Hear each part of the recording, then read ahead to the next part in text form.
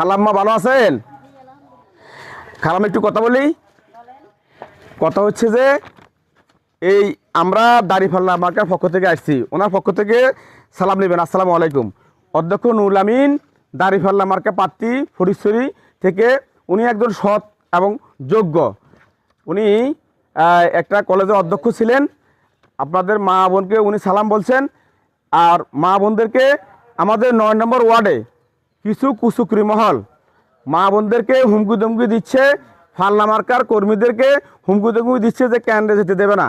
ইনশাআল্লাহ আমরা কেন্দ্রে থাকব এবং তারা যেই নারীদের অধিকার হরণ করছে, নারীদের রাজনৈতিক অধিকার হরণ করছে, সেটা ওদিন আপনারা বুঝিয়ে দেবেন।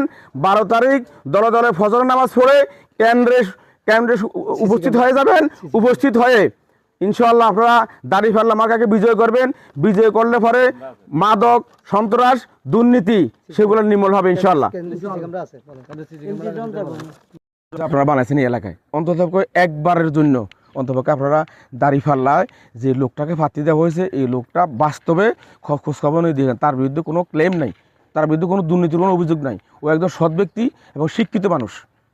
একটা ভোট যদি আপনারা দেন অন্তত পক্ষে ফটিকছড়িতে অন্যান্য এমপির চেয়ে ভালো কিছু করা কি সম্ভাবনা আছে।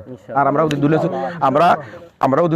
নিয়ে আসছি তাকে পুঙ্খানুপুঙ্খভাবে এদিকে হাসানপুর রাজারঘাট সহ যে রাস্তাঘাটের কথাগুলো আর একটা কমিউনিটি ক্লিনিক। আমাদের সবচাইতে বড় দাবি থাকবো যে দুলেশ্বরী এলাকায় একটা কমিউনিটি ক্লিনিক কীভাবে করা যায়। আপনারা যদি জায়গা টাকা সব কিছু মিলে বসবো, পরবর্তীতে আমরা আসি। উনি এমপি হোক আর না হোক, আমরা এটা আমাদের প্ল্যান আছে যে আমরা একটা কমিউনিটি সেন্টার, কমিউনিটি ক্লিনিক এলাকা করার চেষ্টা করুন। ঠিক আছে ভাই, একটু সবাই বলি।